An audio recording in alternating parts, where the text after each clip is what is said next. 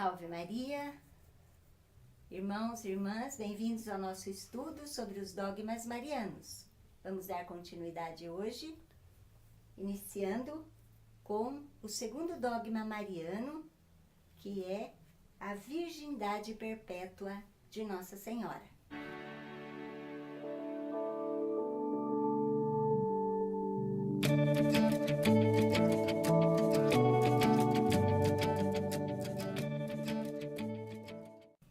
Você já pensou nisso, meu irmão, minha irmã? Vamos nos dedicar um pouquinho agora a esse dogma. É muito lindo, né? Nós pensarmos que a nossa Mãe Santíssima é virgem. Por isso que nós a chamamos de Virgem Maria ou de Santíssima Virgem. Porque ela é, sempre foi e sempre será virgem. Assim era a profecia messiânica. Então vamos lá. As fontes bíblicas desse dogma. A primeira delas, claro, o profeta Isaías 7,14. Eis que uma virgem conceberá. Vejam só. Primeira palavra de Deus do Antigo Testamento que já profetiza que o Emanuel, o Messias, virá por meio de uma virgem. Depois, Lucas 1,34.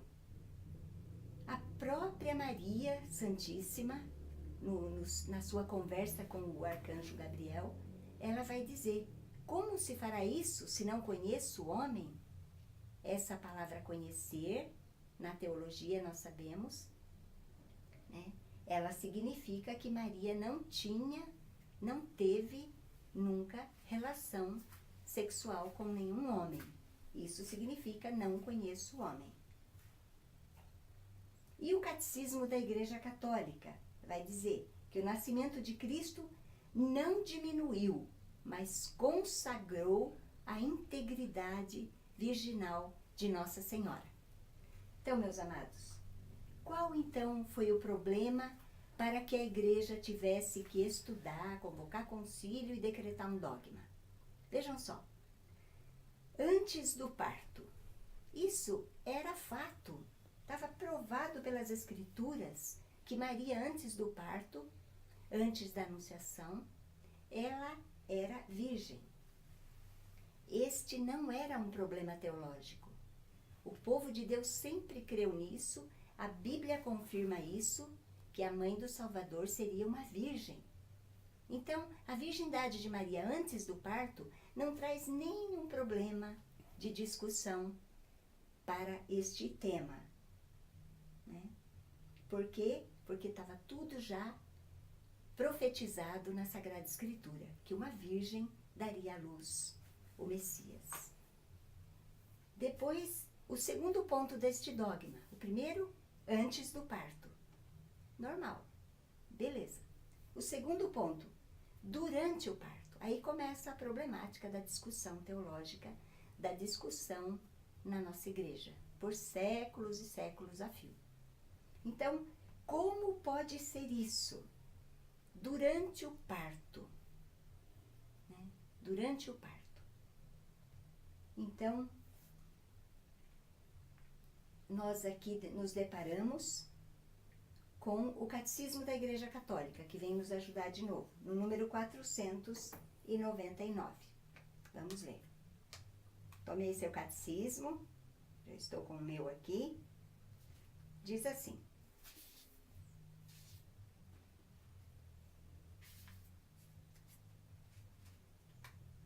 o aprofundamento da sua fé na maternidade virginal levou a Igreja a confessar a virgindade real e perpétua de Maria. Então vejam só, como é que pode ser que uma pessoa, uma mulher, permaneça virgem dando à luz a um filho? É que nós aqui não se trata de pessoa humana. Meus amados, nós estamos falando do nascimento do Filho de Deus. E aí nós podemos recorrer à natureza. Como é que o sol transpassa um cristal, um jarro de cristal, sem quebrá-lo. É uma figura, recorrendo à natureza para nós podermos imaginar como é que o Filho de Deus saiu, depois de 9 meses, do ventre de Nossa Senhora, durante o parto, sem desintegrar a sua virgindade. Da mesma forma, nos dizem, né, os estudos teológicos deste dogma, que da mesma forma que o sol atravessa um cristal sem quebrá-lo e sem lhe causar nenhum dano, foi assim que Nossa Senhora deu a luz ao Filho de Deus. Jesus é a luz, ele mesmo vai dizer depois, não é verdade? E também podemos imaginar o que o próprio Jesus fez depois da ressurreição, porque ele é Deus. Isso seria uma coisa completamente descabida nós imaginarmos com pessoas humanas, mas nós estamos tratando do nascimento do Filho de Deus. Então, como é que Jesus entrou e saiu do cenáculo, por exemplo, depois da ressurreição? Sem abrir as portas. Como é que Jesus pode entrar aqui hoje, neste lugar, sem quebrar as paredes, sem abrir as portas? Ele pode se fazer presente. Deus usou deste poder no parto de seu Filho amado. Aí nós podemos dizer assim, e dores de parto? Maria as teve? Dores de parto? E aí então, há muitos padres que estudaram esse assunto e que dizem, com certeza não no parto de Jesus, mas sim no nosso parto. Quando Maria nos deu à luz, quando ela nos assumiu como filhos aos pés da cruz, sim. Ali foi um parto doloroso em que nós todos nascemos dela, por vontade de Cristo, seu Filho amado. Então Maria teve dores de parto, sim, aos pés da cruz, quando Jesus lhe entregou a todos nós como filhos. Muito bem. E nós temos ainda um outro item a pensar aqui. Vejam só, se a gente fosse buscar lá na Bíblia, no Gênesis, no comecinho da Bíblia, depois do pecado de Adão e Eva, Deus vai dar um castigo para o homem e para a mulher. O homem tem que suar para ganhar o pão de cada dia. E a mulher sofrerá as dores do parto. Olha, esse castigo não foi em vista do pecado? Não foi consequência do pecado? Portanto, Maria não precisaria deste castigo porque ela não teve pecado. Como nós vamos ver, né, no outro dogma de Maria também, a Imaculada Conceição. Ela não teve nenhuma mácula, nem a do pecado original. Portanto, não teria sentido Maria ter também as dores do parto. E aqui nós já vemos então essa contraposição das duas mulheres da Bíblia. Talvez as duas maiores mulheres da Bíblia. Eva, lá no comecinho, que nos levou à perdição, que desobedeceu, que era orgulhosa, que pecou, que nos trouxe à morte, que deu à luz à morte, vamos dizer assim, e Maria do outro lado, completamente diferente de Eva, né? Aquela que não era orgulhosa, mas pelo contrário, a mais humilde de todas as criaturas que este mundo já viu. Se Eva desobedeceu, Maria obedeceu prontamente à voz do arcanjo, à voz de Deus, à vontade de Deus na sua vida. Se Eva nos trouxe a morte porque pecou, Maria nos trouxe a vida, nos deu a vida por seu Filho amado, Jesus, nosso Deus e Senhor. Foi por meio dela, foi pelas mãos dela que Jesus veio até nós. Muito bem. Então, nós já vimos antes do parto, tranquilo, todo mundo sempre aceitou na história da igreja que Maria era virgem. Durante o parto, nós tentamos esclarecer alguns pontos, né? Mas é um mistério que não foi conhecido de ninguém, só de Deus. Como foi o momento da ressurreição de Jesus. Não foi visto por ninguém. É o momento de Deus, no silêncio de Deus, no mistério de Deus.